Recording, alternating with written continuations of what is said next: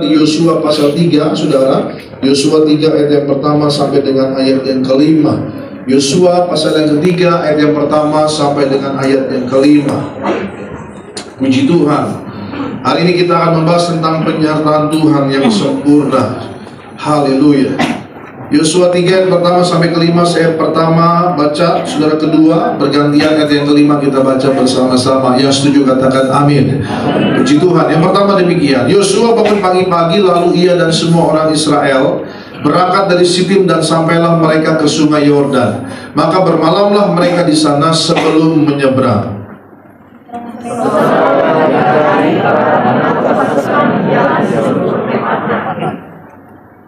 Dan memberi perintah kepada bangsa itu, katanya, segera sesudah kamu melihat tabut perjanjian Tuhan Allahmu yang diangkat para imam yang memang suku Lewi, maka kamu harus juga berangkat dari tempatmu dan mengikutinya. 4.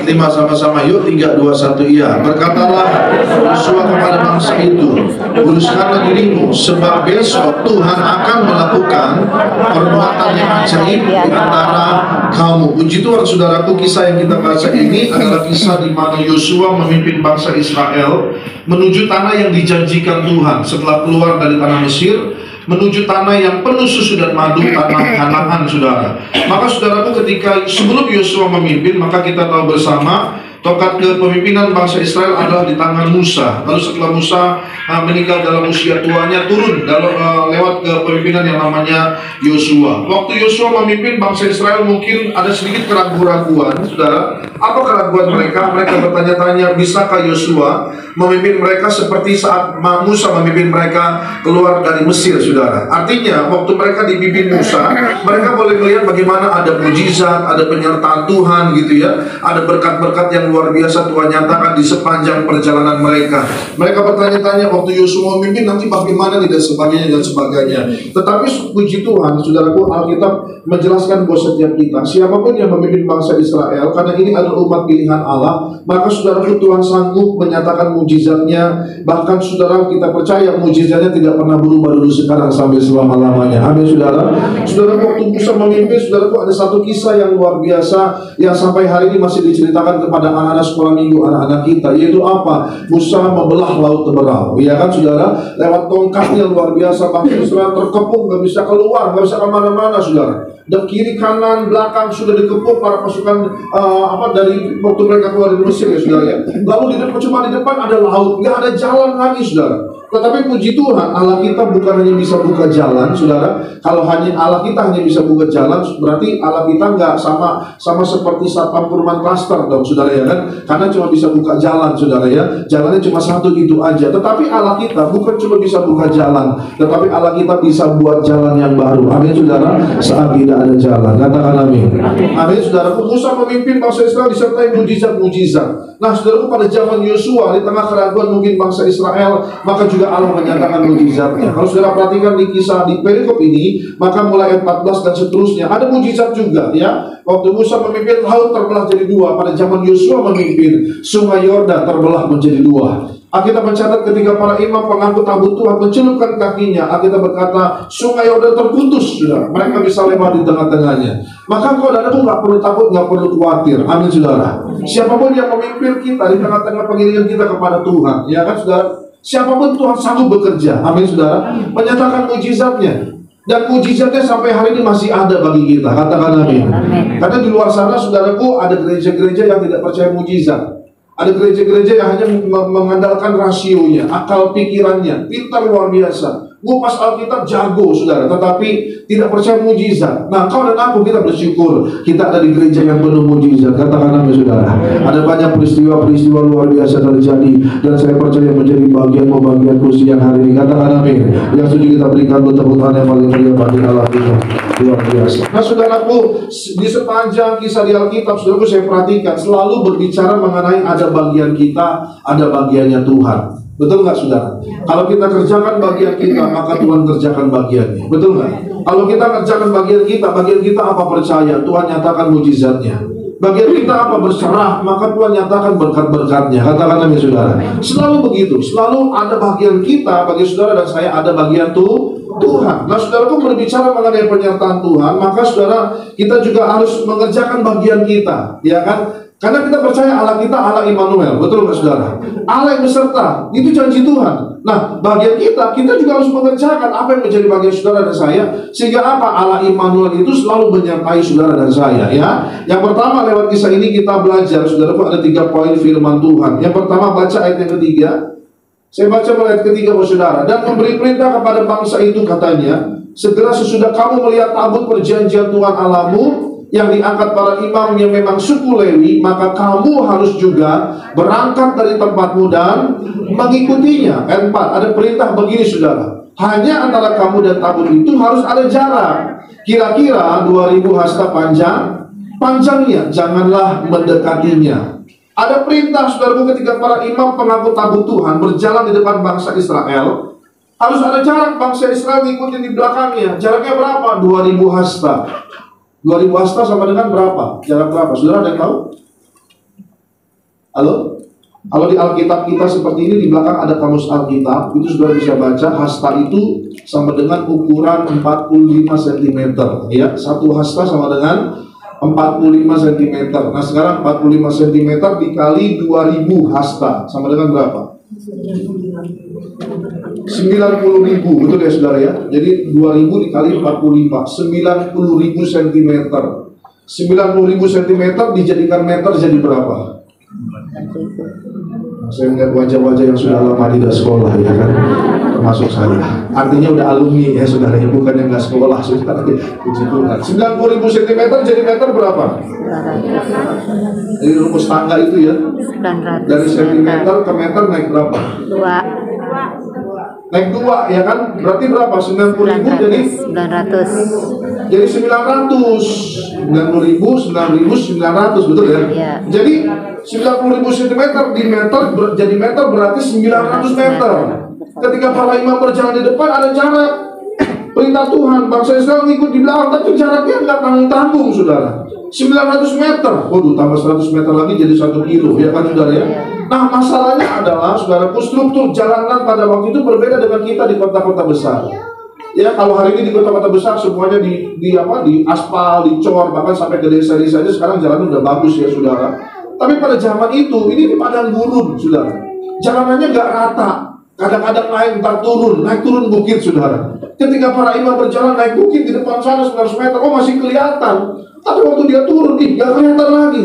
Artinya kadang-kadang jalan Tuhan itu udah nggak kelihatan. Kadang-kadang pimpinan Tuhan itu terasa hilang dalam hidup bangsa Israel. Nah yang pertama masuk firman Tuhan adalah saudara, yang pertama apa bagian kita hari ini? Mari engkau dan aku, kita terus mengizinkan Tuhan untuk apa? Memimpin hidup setiap kita. Katakan amin saudara. Memimpin dari apa? Dari semua rancangan rencana kita hari-hari ini. Alkitab berkata manusia bisa merancang rancangan, tapi Tuhan yang menentukannya. Katakan amin saudara. Saudara punya rancangan apapun, tapi kalau Tuhan sudah bertindak, sudah menentukannya, gak ada seorang pun dapat menutupnya atau menghalanginya. Katakan amin saudara. Amin. Izinkan Tuhan berjalan di depan kita, jauh melebihi apa yang kita rancangkan dan rencanakan hari-hari ini. Ya Pak Presiden Jokowi beberapa waktu yang lalu sempat ngomong, ya hari ini di dunia ini semuanya serba tidak bisa diprediksi. Wah, saya bilang benar Pak. Saya bilang Pak Jokowi dalam hati saya, sebenarnya bukannya baru hari ini aja Pak, kalau bicara perkara dunia tuh dari dulu nggak ada yang bisa diprediksi, ya kan saudara ya. Tapi dia bilang ya, dunia ini sekarang semuanya serba nggak bisa diprediksi. Dia bilang sebagai pemimpin negara diakuin ya, hari-hari ini dia nggak bisa memprediksi segala sesuatu. Dolar kemarin udah 15.600. Kalau sudah perhatikan, ini ngeri ya, jangan-jangan bisa 16.000 lagi nanti saudara ya kan. Nggak bisa diprediksi. Ada berita mengatakan tahun depan ada beberapa negara terancam resesi ekonomi, termasuk salah satunya Indonesia. Waduh, waktu saya dengar saya langsung doa tolak dalam nama Yesus. Ya, tolak supaya ekonomi bangsa ini bangkit, supaya cepat pulih. Amin saudara. Tapi kau dan aku, bagian kita, sekalipun keadaan tidak baik hari ini, tetapi saya mau katakan bahwa saudara, Allah kita tetap baik. Katakan dengan saudara, amin. Dunia boleh susah, dunia boleh gonjang ganjing, tetapi kita bersyukur Allah kita nggak pernah berubah. Katakan amin. Dulu, sekarang, sampai selama-lamanya. Amin saudara. Yang setuju berikan tepuk tangan yang paling meriah bagi Allah kita. Gak perlu takut, gak perlu khawatir. Saya banyak ngomong sama pengusaha-pengusaha, dia bilang, ya gimana, dia mau resesi, ya resesi lah. Dan bagian kita bisa apa? Bagian kita cuma berserah aja sama Tuhan. Banyak pengusaha-pengusaha cuma bilang, udah berserah aja deh. Kalau dipikir-pikir bisa stres pak, katanya. Dipikir-pikir bisa nanti saya bisa kurang setengah on, katanya gitu sudah ya kan. Udah berserah aja deh, jalani aja, bersyukur aja sama Tuhan. Kita percaya Allah kita gak pernah berubah. Saya bilang betul, ya kan. Kalau dipikir-pikir terus stres, saudara. Nanti gimana orang stres itu kan lucu ya, memikirkan hal di depan yang padahal kita itu nggak punya kuasa apapun untuk mengatur yang di depan. Betul nggak saudara? Kita nggak punya kuasa apapun, kita nggak tahu hari esok. Kita besok masih bisa bangun aja, udah haleluya 12 kali, puji Tuhan. Karena ada orang yang bangun tidur bisa nggak bangun-bangun, saudara. Kita bisa melek mata pagi, oh haleluya, puji Tuhan, ada mujizat, saudara, betul kan? Nah, orang stres memikirkan di hari esok yang kita itu nggak ada kuasa apapun untuk mengatur atau mengubah hari besok. Sebab kita nggak tahu hari esok. Tetapi karena kita pikirin, jadilah stres. Tensi naik, ya kan saudara ya. Kepala pusing, saudara ya.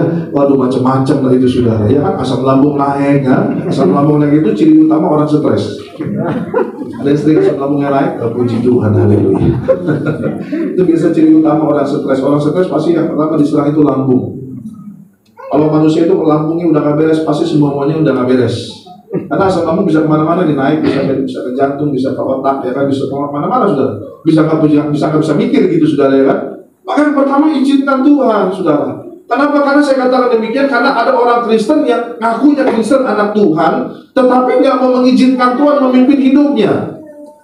Saya bertemu dengan pengusaha besar di Jawa Timur, saudara ya, hidupnya masih berantakan, masih mabuk-mabuk, minum keras dan sebagainya. Lalu dia merasa risih, aduh mau baptis lagi, dan dia merasa kayaknya baptisannya nggak beres kali ya kan, dia baptis lagi.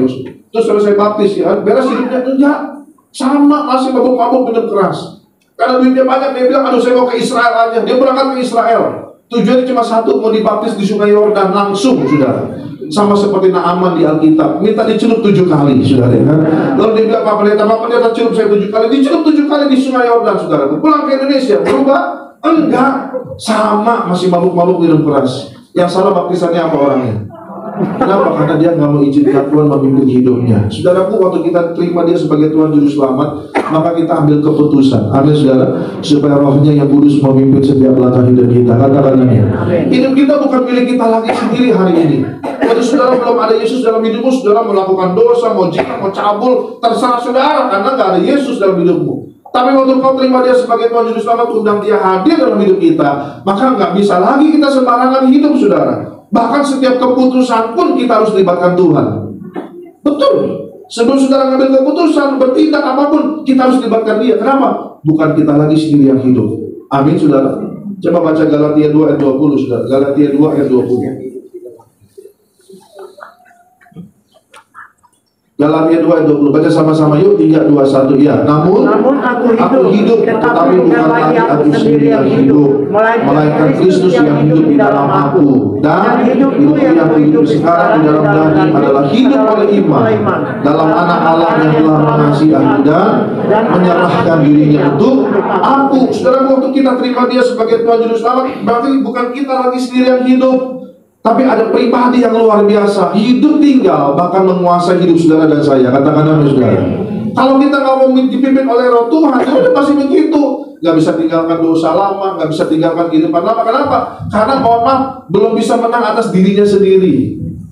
Musuh terbesar dalam hidup kita itu bukan orang-orang di sekitar kita, tapi musuh terbesar dalam hidup kita adalah siapa saudara? Diri kita sendiri. Kalau kau bisa menang atas dirimu, saya percaya hidupmu akan dikontrol oleh Tuhan. Tapi kalau saudara egonya masih luar biasa, manusia lamanya masih ada, aduh saudara berat, ya, aduh rasanya Tuhan mau masuk juga ngeri-ngeri juga, ya kan, takut digigit saudara ya kan. Kenapa? Karena waduh akunya luar biasa, egonya masih tinggi luar biasa. Tapi kalau saudara sudah menang atas diri saudara sendiri, saya percaya saudara akan diizinkan biarlah rohnya yang kudus itu memimpin setiap langkah kita orang percaya. Amin saudara. Amin. Amin. Maka sama-sama saudara kita berlomba, izinkan Tuhan. Hari ini mobil-mobil semua sekarang sudah canggih, ada sistem radar namanya. Ya, kalau saya kasih contoh, ya ilustrasi. Mobil-mobil sekarang tuh ada sensor radar. Ya, jadi kalau dia jalan, ketika dia keluar dari garis-garis putus-putus yang putih di tengah jalan itu, saudaraku, ketika dia udah mulai belok, komputer langsung ambil alih, banting lagi setirnya ke tengah. Supaya kenapa? Mobil ini nggak keluar dari garis putus-putus tadi, saudara. Kenapa? Karena bisa membahayakan yang lain. Misalnya mungkin lagi ngantuk atau apa gitu ya, mobilnya mulai oleng begini, lalu komputernya ambil alih lagi, setirnya diintervensi sama komputer, set, gitu, supaya balik lagi. Nah kayak begitu hidup kita. Kadang-kadang ketika kita mulai menyimpang sebagai Roh Kudus ambil alih hidup kita, dia mengintervensi loh saudara.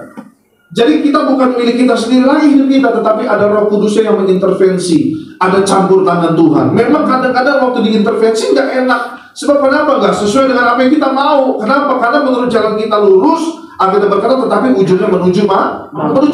Maka waktu kita menyimpang, Allah langsung intervensi, ambil alih hidup kita, supaya saudara nggak salah jalan. Kenapa? Karena arti kata dosa itu adalah melenceng dari sasaran. Itu hamartia, dosa dari bahasa Asia itu melenceng dari sasaran, saudara. Adam Hawa diciptakan Tuhan di Taman Eden dibilang semua boleh kamu makan buah ini, betul kan? Ya. Tetapi jangan makan buah dari pohon pengetahuan yang baik dan yang jahat. Nah, itu sasarannya. Kalau kamu makan nanti kamu mati. Nah, itu sasarannya udah jelas. Tetapi karena ada free will, ada kehendak bebas, dia memilih untuk melanggar, dia memilih untuk melenceng, saudara, dari rencana Tuhan. Ya kan, saudara? Ini melenceng. Dosa itu artinya melenceng dari sasaran, gak sesuai target, saudara. Maka hari ini saudara pun izinkan dia. Sebab kenapa? Di hari besok dia punya sasaran yang terbaik buat saudara. Amin. Ada target yang terbaik. Kenapa? Janji Tuhan hidup kita akan diberkati di bumi seperti dalam kerajaan surga. Katakan oleh saudara yang setuju berikan tepuk tangan pada yang bagi Allah kita. Amin. Jadi pertama kali izinkan dia berserah penuh. Andalkan Tuhan, jangan tanggung-tanggung, saudara. Jadi kalau mengizinkan Tuhan, jadi jangan sebentar-sebentar andalkan Tuhan, sebentar andalkan kekuatan kita. Sebentar-sebentar andalkan Tuhan, sebentar andalkan kekayaan kita. Nggak bisa begitu, saudara. Artinya benar-benar berserah, ya berserah. Sekalipun Pak, Alkitab berkata Tuhan memberkati, memberikan orang yang dikasihnya pada waktu tidur. Berarti gimana tidur terus? Saudara mau tidur terus? Nggak bangun-bangun gitu? Nanti kena sakit gula yang lama, saudara, ya kan? Saya mengutip ada satu pendeta khotbah tentang ayat ini, menarik ya. Saudara nanti merespon masing-masing lah. Pendeta ini bilang lewat ayat itu, ya, Tuhan memberkati orang pada waktu tidur. Ayat ini hanya berlaku untuk orang kaya saja. Kenapa? Karena orang kaya tidur pun duit udah pada masuk. Gak usah kerja, duit datang sendiri. Ya, ini untuk orang-orang kaya. Ini kata pendeta ini ya, saudara respon sendiri silakan. Tapi kalau orang yang belum kaya, ini ayat nggak berlaku, kata dia. Sebab kenapa? Karena orang-orang yang belum kaya kebanyakan tidur, yang mimpinya bukan jadi orang kaya, tetapi mimpinya ketemu setan, kata dia gitu, saudara. Maka saudara, orang yang belum kaya artinya hari ini harus rajin kerja, harus giat kerja, harus sungguh-sungguh, katakan namanya, saudara. Iya kan? Kalau yang sudah di atas sana mungkin sudah jadi bos dan sebagainya, kita ngeliat enak aja waktu jadi bos. Kita nggak lihat waktu dia lagi waktu di bawah. Kita nggak lihat waktu dia lagi berjuang, lagi merintis, betul nggak, saudara? Semua penuh perjuangan. Tapi kalau sudah ada di atas, ya puji Tuhan, haleluya. Tapi jangan waktu orang yang belum kaya masih merintis, masih berjuang, pakai ayat ini untuk melindungi dia. Dan merasa tidur pun diberkati kok dan sebagainya. Betul, ya udah tidur aja terus, masa bangun-bangun, ya kan, saudara ya. Kita berkata orang et labora, berdoa dan bekerja. Anak Kristen, ya, orang Kristen, anak Tuhan nggak boleh malas, katakan amin. Harus sungguh-sungguh. Ya, orang dunia bisa rajin kerja, anak Tuhan harus lebih lagi. Saya punya moto anak Tuhan itu seperti slogan motor Yamaha, semakin di depan, ya kan, saudara ya. Atau slogannya motor Suzuki, inovasi tiada henti, ya kan, saudara ya. Artinya anak Tuhan itu harus langkah di depan, katakan amin. Kalau orang dunia bisa hebat, kita bisa lebih hebat. Sebab kenapa? Tuhan kita jauh lebih luar biasa. Amin, saudara. Yang sejujurnya kata Tuhan paling berikan pada Allah kita. Yang kedua pesan firman Tuhan, lanjut ayat yang keempat. Hanya antara kamu dan tabut itu harus ada jarak kira-kira 2000 hasta panjangnya. Janganlah mendekatinya. Maksudnya supaya kamu mengetahui jalan yang harus kamu tempuh. Sebab jalan itu belum pernah kamu lalui dahulu. Ternyata ada maksud Tuhan, ya. Jarak 900 meter itu nggak boleh dekat-dekat. Ternyata ada maksud Tuhan, dan maksudnya itu selalu baik. Dalam kisah ini maksudnya apa? Karena jalan itu di depan, itu belum pernah kita lalui. Kita nggak tahu, mungkin ada lubang, kita nggak tahu, mungkin ada jalan terjal, ya kan? Kita nggak tahu, mungkin ada kerikil-kerikil tajam di depan sana. Kita nggak tahu, tetapi ternyata ada maksud Tuhan, saudara. Maka yang kedua, apa yang menjadi bagian kita? Bagian kita tuh jadi orang Kristen sederhana, selalu mengucap syukur. Katakan amin saudara. Bersyukur atas segala sesuatu. Bersyukur kenapa? Karena dia itu baik yang luar biasa. Jalan di depan itu belum pernah kita lalui, maka Tuhan sengaja kasih jarak. Sebab kenapa? Dia mau memimpin hidup kita. Dia mau menuntun langkah saudara dan saya supaya kita nggak salah jalan, supaya kita nggak salah berpijak, saudara. Maka mulut kita ini harus senantiasa keluar pengucapan syukur. Amin, saudara. Dia itu Allah yang baik. Jalan itu belum pernah kita lalui dahulu. Sekalipun jalan itu pernah kita lalui, tapi firman Tuhan itu belum pernah kita lalui. Artinya, sekalipun saudaraku kita tinggal di rumah yang saudara hari ini sudah tinggal di situ, mungkin sudah bertahun-tahun, belasan, mungkin udah puluhan tahun. Ya, itu ada jalan-jalan yang saudara sudah hafal lah setiap isi rumah itu, ya kan. Sekalipun nggak ada lampunya, saudara dari ruang tidur saudara pergi ke kamar mandi, saudara pasti hafal. Melangkahnya kemana, ke kanan, ke kiri, ke depan, saudara pasti tahu, betul nggak saudara? Itu jalan yang kita tahu, tetapi menurut Tuhan, sekalipun kita tahu jalan itu, tapi menurut Tuhan itu kita nggak tahu. Kenapa? Karena kadang-kadang jalan yang sudah kita lewati hari-hari, bertahun-tahun, saudara, kadang-kadang kita masih suka kepleset di situ. Kadang-kadang kaki kita masih suka nabrak pusat pintu, betul nggak saudara? Satu kali saya pernah, saya nabrak pusat pintu, saya mau kamar mandi. Saya bukan karena saya fokus sama rasa sakitnya, karena kuku saya kebuka gitu ya, aduh sakit banget saudara. Tapi bukan fokus sama rasa sakitnya, saya kesel. Kenapa? Ini jalan tiap hari lewat sini loh. Nggak pernah berubah, pintunya juga nggak pernah digeser. Di sini posisinya, tapi kenapa masih bisa nabrak ya? Gitu maksud saya. Kok masih bisa nabrak? Padahal kaki aja ada mata kakinya, saudara kan? Bisa ngeliat, masih bisa nabrak loh. Tapi ternyata menurut firman Tuhan, itulah jalan yang menurut kita tahu aja di depan. Itu kita nggak tahu, betul nggak saudara? Kita nggak tahu berapa sisa waktu hidup kita hari ini. Ada yang tahu? Saya khotbah di anak muda, buat dengar saya tanya, anak muda, kira-kira dalam ruangan ini siapa yang lebih dulu dipanggil Tuhan? Saya bilang gitu. Oh, dia lihat kiri kanan, dicek orang-orang kiri kanan depan belakang. Saya pikir mau ngapain dia saudara? Ternyata dia cari orang yang lebih tua. Tapi nggak ketemu ya, yang lain umur 18, 20-an nggak ada. Pas lihat ke depan yang ngomong, ini dia orang ya saudara kan. Terus dia bilang kayaknya Pak Pendeta duluan deh. Saya bilang kurang ajar juga saudara. Terus saya bilang, tunggu dulu. Saya langsung cut saudara kan. Tunggu dulu, saya bilang, bicara dipanggil Tuhan, belum tentu yang senior berangkat duluan. Mulai dia langsung diam, tegang gitu saudara. Kalau bicara dipanggil Tuhan, belum tentu yang usianya lebih tua berangkat duluan. Makin serius lagi muka dia. Anak muda jangan merasa masih muda 18 tahun. Saya masih lama Pak Pendeta di dunia ini, saya masih panjang. Jangan sesumbar. Kita nggak tahu kapan Tuhan panggil kita. Amin saudara. Gak ada yang tahu berapa ada yang tahu nggak di ruangan ini berapa lama sisa waktu umur hidup kita? 1 hari kan? 2 hari? Nggak tahu. Jangan-jangan setengah hari. Nggak tahu gitu, betul nggak? Maka saya bilang tiap pagi bisa buka mata aja udah haleluya 12 kali, puji Tuhan.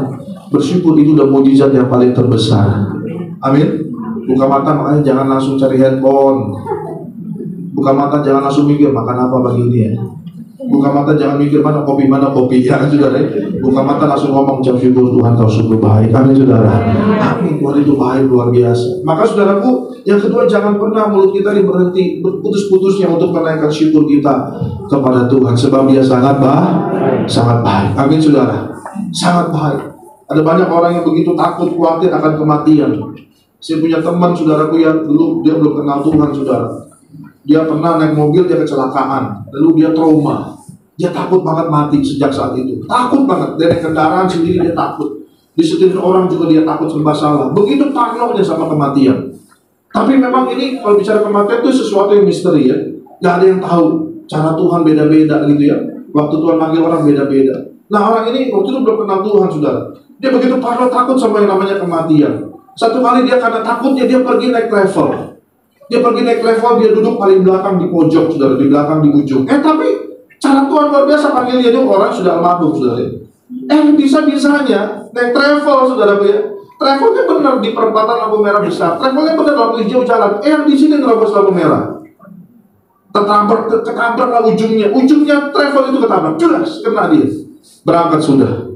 Gak ada yang tahu, betul nggak? Makanya Ayub berkata, apa yang kutakutkan itulah yang menimpa aku. Saudaraku jangan takut. Amin saudara. Jangan takut. Kalau saudara menganggap ada satu angka-angka yang menurut saudara sial, jadi sial benar. Kenapa? Karena apa yang kau takutkan itulah yang menimpa kita. Menurut kita ini penuh kuasa saudara. Katakan amin. Apa yang saudara takutkan bisa jadi. Ya, kalau marah sama anak-anak hati-hati, kata-katanya diatur, ya kan saudara ya. Hati-hati, mulut saudara ini penuh kuasa, katakan amin saudara. Jangan ya, seperti saya pernah pulang gereja, ada ibu-ibu lagi marahin anaknya karena mungkin anaknya bandel ya. Waduh, dikata-katain kebun binatang keluar semua. Saya bilang, aduh haleluya. Baru di atas memuji Tuhan, di bawah di kebun binatang keluar semua, saudara ya kan. Anaknya dikatain, wah gajah, semut dan sebagainya, saudara ya. Saya takut waktu ngomong, gajah jadi gajah beneran, baru tahu rasa anaknya ya kan. Sebab kenapa mulut kita ini penuh kuasa, katakan amin saudara. Amin. Yang setuju kita berikan tepuk tangan paling meriah bagi Allah kita. Biarlah kita senantiasa menaikkan syukur sebab Allah kita baik, bahwasanya untuk selama-lamanya kasih setia Tuhan. Haleluya. Yang ketiga, yang terakhir, saya akan pemain musik maju ke depan. Ayat yang kelima kita baca bersama-sama. 1, 2, 3 ya. Berkatalah Yosua kepada bangsa itu, kuduskanlah dirimu sebab besok Tuhan akan melakukan perbuatan yang ajaib di antara kamu. Tadi saya sudah ulang-ulang, saya bilang ada bagian kita, ada bagian Tuhan. Ayat yang kelima, ada bagian kita. Bagian kita apa? Kuduskanlah diri kita. Bagian Tuhan apa? Tuhan akan melakukan apa? Perbuatan ajaib di antara kita. Selalu begitu. Ada bagian kita, ada bagian Tuhan. Bagian kita apa? Hari ini jaga hidup baik, jaga hidup kudus. Bapak Gembala selalu bilang, mari berjuang hidup baik, berjuang hidup benar, suci berkata, berpikir, berbuat. Amin saudara. Mungkin orang-orang menilai Bapak Gembala terkesan khotbahnya mau nonton itu aja.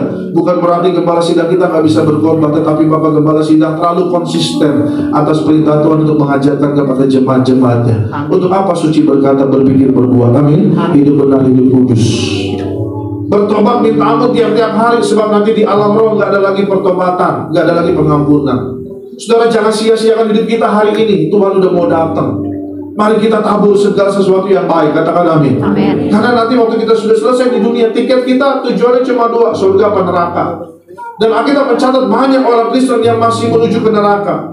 Matius pasal 7 berkata, aku sudah menyembuhkan orang demi namamu, aku sudah bernubuat demi namamu, aku sudah mengusir setan demi namamu. Tapi Tuhan ngomong apa? Hanyalah engkau, hai segala pembuat kejahatan, aku tidak mengenal engkau. Ternyata masih ada orang-orang Kristen yang tujuannya ke neraka. Terus Pak Pendeta, bukankah kita sudah terima jaminan keselamatan? Betul. Tetapi kalau anugerah itu tidak dijaga, kalau hadiah yang Tuhan kasih tidak dijaga, keselamatan bisa hilang. Paulus berkata, kerjakanlah keselamatanmu dengan takut dan gentar. Amin saudara. Ada gereja-gereja yang mempunyai doktrin sekali selamat tetap selamat. Siapa yang setuju angkat tangan? Sekali selamat tetap selamat. Ada setuju? Halo? Ada orangnya nggak? Sekali selamat tetap selamat, ada yang setuju? Kalau sekali selamat tetap selamat, saya percaya banyak orang Kristen hidupnya nggak beres. Kenapa? Karena percuma hidup baik, percuma jaga kekudusan, toh juga nanti selamat. Betul nggak? Ngapain berjuang? Toh nanti ujung-ujungnya selamat. Kalau sekali selamat tetap selamat, pertanyaannya bagaimana ketika ada orang Kristen meninggal di tempat prostitusi kena serangan jantung?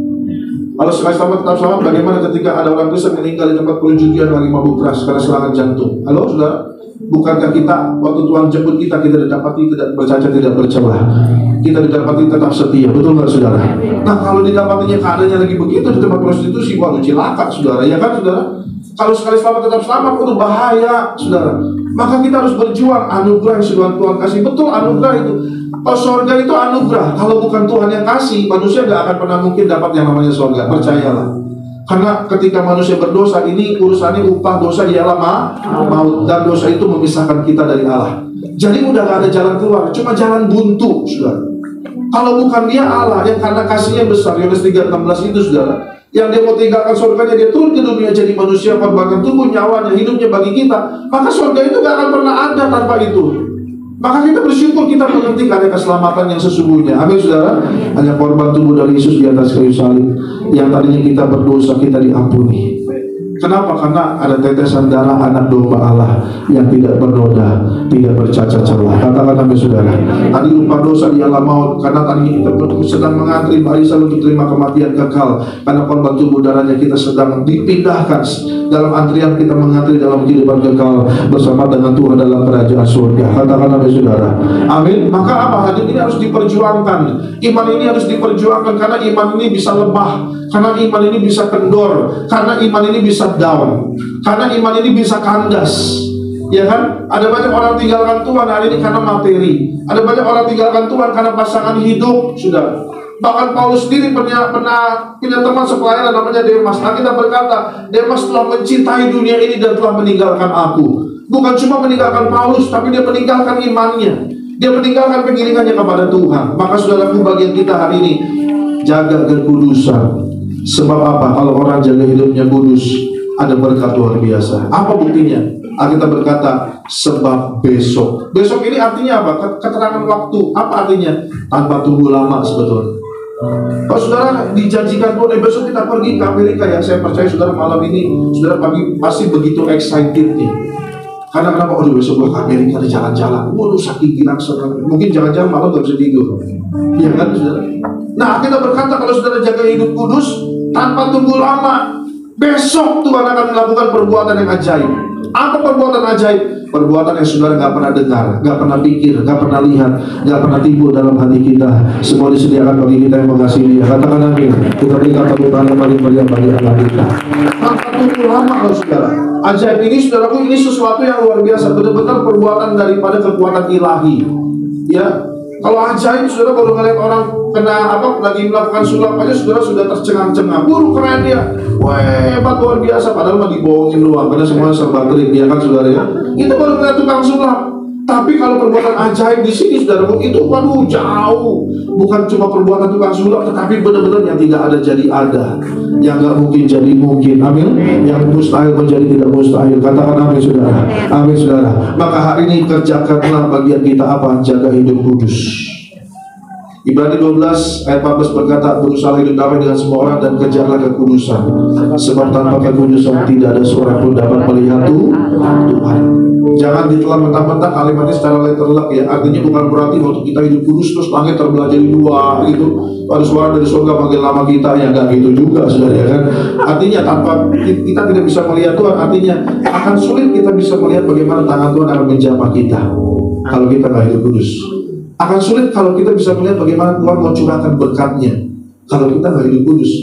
Maka saya mau katakan saudara, orang Kristen kalau merasa hidupnya nggak pernah diberkati, saudara cross check hidup saudara masing-masing. Yang pertama, kita dalam keadaan berdosa. Itu udah pasti. Karena dosa itu memalingkan wajah Tuhan dari hidup kita. Kenapa Tuhan ngomong, Eloi Eloi lama sabachthani, mengapa Allah mengapa engkau meninggalkan aku? Kenapa? Karena Tuhan gak sanggup melihat dosa manusia yang ditanggung anak yang tunggal itu, saudara. Sehingga kenapa Allah memalingkan wajahnya? Bukan gak mau nolong, Allah memalingkan wajahnya karena gak sanggup, terlalu besar dosa manusia yang harus ditanggung Yesus. Waktu saudara dalam keadaan berdosa, Allah memalingkan wajahnya. Maka, mohon maaf, sulit kita bisa melihat berkat Tuhan tercurah dalam hidup kita. Amin. Yesaya 59 ayat 1 dan 2 saya buktikan buat saudara. Yesaya 59 ayat 1 dan 2. Yesaya 59 ayat 1 dan 2. Yuk baca sama-sama 3, 2, 1. Ya, sesungguhnya tangan Tuhan tidak kurang panjang untuk menyelamatkan dan pendengarannya tidak kurang tajam untuk mendengar. Tetapi yang merupakan pemisah antara kamu dan Allahmu ialah segala kejahatanmu, dan yang membuat dia menyembunyikan diri terhadap kamu sehingga ia tidak mendengar ialah segala dosamu. Banyak orang Kristen mungkin kecewa, Pak saya udah hidup Tuhan gini-gini tapi bertahun-tahun saya gak pernah diberkati dan sebagainya. Cross check hari ini, mungkin kau dalam keadaan berdosa. Kedua, gak ada perkenanan Tuhan dalam hidup kita. Saudara, hidup ini harus berkenan. Katakan sama-sama berkenan. Harus berkenan. Saudara yang bekerja aja, bagaimana saudara harus memberi yang terbaik kepada pimpinan saudara, betul nggak? Artinya supaya saudara berkenan gitu. Saudara beri yang terbaik. Semuanya, kita sama anak sama orang tua juga gitu kan, harus kasih yang terbaik. Supaya kenapa? Orang tua kita juga senang melihat kita. Ya kan, nggak sayang-sayang kasih berkatnya buat kita, betul nggak saudara? Kenapa? Karena kita berkenan. Nah, maka hari ini kalau kau dan aku udah jadi orang Kristen udah lama, tapi gak pernah diberkati. Yang pertama mungkin dalam keadaan berdosa. Yang kedua, hidup kita gak berkenan di hadapan Tuhan. Nah, kalau gak berkenan ini juga banyak macam. Kadang-kadang ada ilah lain. Allah itu Allah yang cemburu, katakan amin saudara.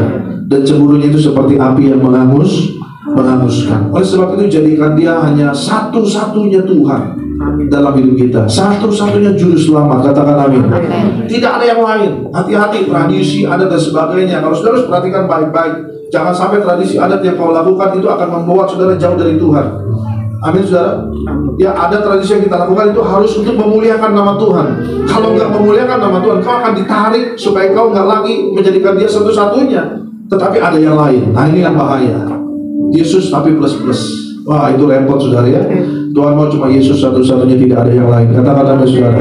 Hanya Dia juru selamat hidup kita. Allah yang berkuasa, Allah yang selalu mengubahkan segala sesuatu. Katakan amin. Bahkan bagi Dia tidak ada rencana yang gagal bagi setiap saudara dan saya. Amin saudara. Mari sama-sama jaga hidup baik. Saudaraku, kekudusan ini adalah panggilan. Katakan sama-sama panggilan. Kuduslah kamu sebab aku kudus. Itu panggilan. Nah kalau orang memenuhi panggilannya, ya meresponi panggilannya, maka dia akan melakukan itu dengan sukacita, tanpa terpaksa, ya kan? Jadi kalau orang jaga kekudusan jangan karena terpaksa. Oh itu ngeri, saudara. Saudara nanti akan jadi apa ya?